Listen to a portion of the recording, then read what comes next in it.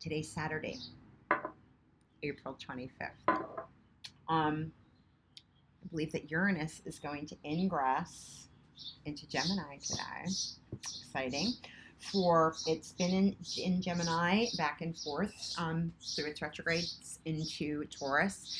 Definitely, I'll post a link to the blog that the blog writing write up that Dorothy Morgan did that offers a great insight into what we can expect. Gemini, right now, Uranus is at the 29th degree of Taurus in 58 minutes. So, yeah, we're at that critical degree, and it's going to pop into, and it continues to conjunct Venus at the first degree of Gemini, I think. Ooh, okay, we're not using that deck today. But at any rate, it's going to be really a wonderful opportunity to see how we work with AI, how we work with even just our own native intelligence. Gemini is about more, it's a mutable sign, and it will offer a lot of transformation. Uranus is an innovative planet. So we can expect a lot of cool things over the next 7 years. Speaking of cool, we're going to work with the Salvador Dali Tarot. So I'm going to work with this. I'm still kind of studying it because some of the artwork is just so intricate and wonderful. He pulls from the masters over many centuries when he created this deck. And I know it's so fabulous. Very Dali, right? Salvador Dali. But he pulls from the masters over many centuries, including his own artwork that he created for this. And there was a lot of this was created, I think, in the early 70s, but they encountered some legal issues in the making of this deck, which finally did get resolved. So he was able to have control over his own artwork once again. But as in the art world, these things happen. So anyway, I will read from the deck. I will do my regular reading, and then I'm going to probably reference the booklet that comes along with it in order to provide some insight into the artwork if it seems a little unclear. So again, today is Saturday, April 25th, but whenever this message finds you is when you are meant to hear it.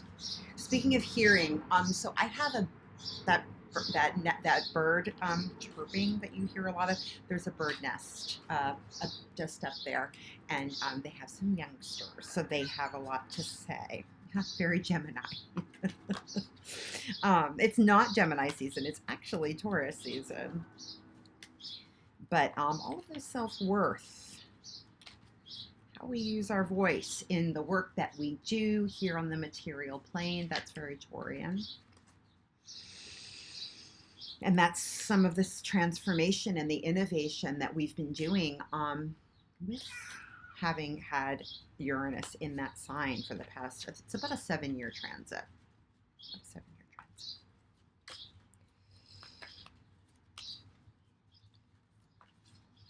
That fertility goddess that turned up, the Native American fertility goddess that turned up in the goddess deck yesterday was pretty cool. Timelessness. One of the messages I got afterwards was you're going to know what to do at exactly the right time. When you're going to know what to do when you get there. That's actually more the residual message that came through. You'll know what to do when you get there. No need to be letting anxiety or fear just, yeah.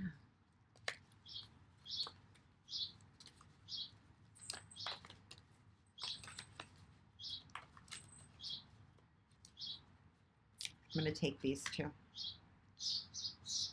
Okay, so we have the Four of Pentacles, icy tulips, and a Buddha. Yesterday, the lotus flowers were the flower, and typically with a Buddha, you would think that we would be looking at lotus. But here we have tulips. In the flower therapy oracle card deck, tulips is usually assigned to really, again, tulips were very revered in the Victorian age. For those of you who don't know that history, they were very revered in the Victorian age.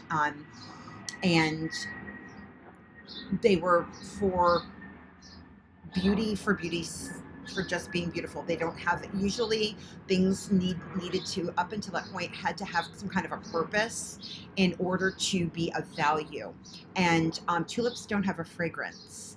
And so, because they didn't have a fragrance previous to this point where they became very popular and continue to enjoy popularity, they weren't really valued because they didn't have a smell. And only flowers that were like I'm looking at this gardenia over here, like very, very fragrant. So you are of value no matter what. And hold on to that. Hold on to that is the message that I'm getting from that. Hold on to your own inner value, your own Buddha nature, that inner thread. I had a conversation with a friend yesterday about, knowing where you stand in the room. Like, kind of when I say that, what I mean is like the only room that really know where you need to be standing is your interior room. Go and look at some of the discussions by Carolyn Myss, Myss.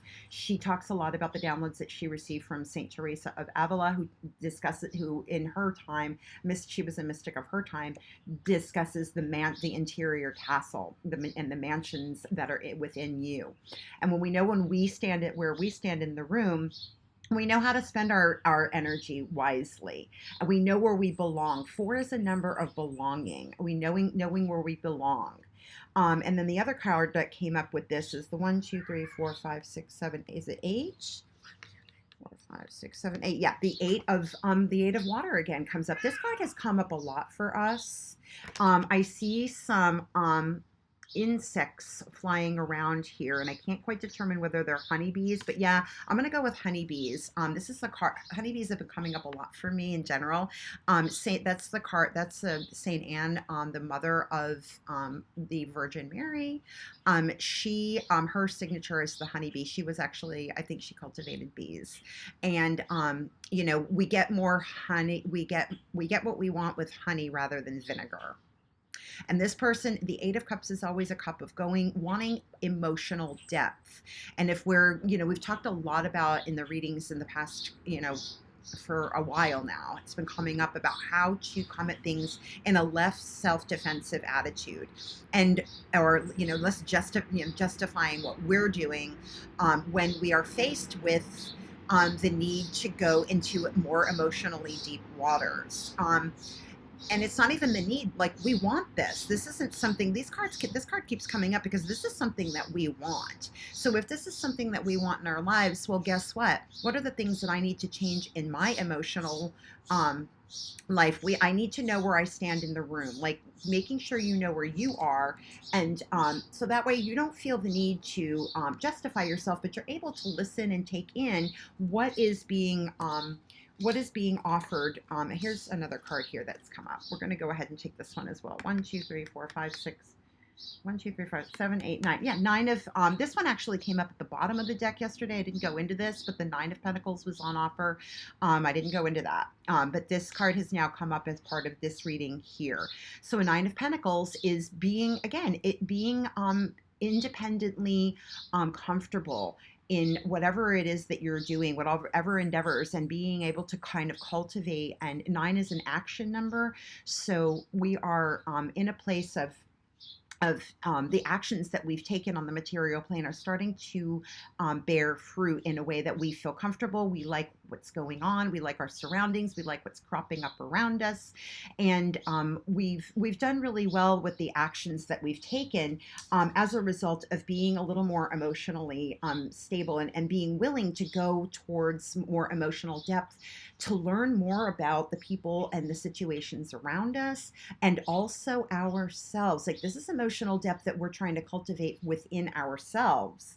And 8 is a number of commitment, by the way. It's a number of commitment. It's tying the knot. It's also infinity. Like, this is stuff that I'm working on to infinity and beyond, if you will. I'm going to take one card from, I think I'm done with the Dali deck for now. And yeah, I'm going to look at a little more at some of the insights that the book offers on that. But the Spirit Animal deck was calling out to me from my little collection over there in the house. Yeah, oh gosh, the Elephant card. And of course, I'm not even going to go any further. The elephants on my cup, the elephant card. This is a card of stamina. We keep talking about stamina. Elephants have long memories, but they choose to constantly, this is a very community-oriented animal. So, and the deer's here at the bottom of the deck as well. This is peaceful. This is going for what you want no matter what. This is protection. This is, being on alert, listening, big ears on. I'm noticing the ears on both of these creatures. These guys are taking in, they're hearing, they're really good listening is going to get us to those commitments that we want. So, and that are going to help us maintain and cultivate and deepen the commitments that are starting to crop up. We're already starting to see, it's Taurus season. We're already starting to see, I think, the fruits of our labors. And congratulations, that's really great. Yeah. I'm going to leave it at that. Like, share, subscribe. This message will be up on YouTube, Facebook, Instagram. If you want your own private message, direct message me on any of those platforms. And yeah, whenever this message finds you is exactly when you need to hear it. Please do share it to somebody who you think might need to hear it. All right. It's my pleasure to be here for you. Much love. Have a great day.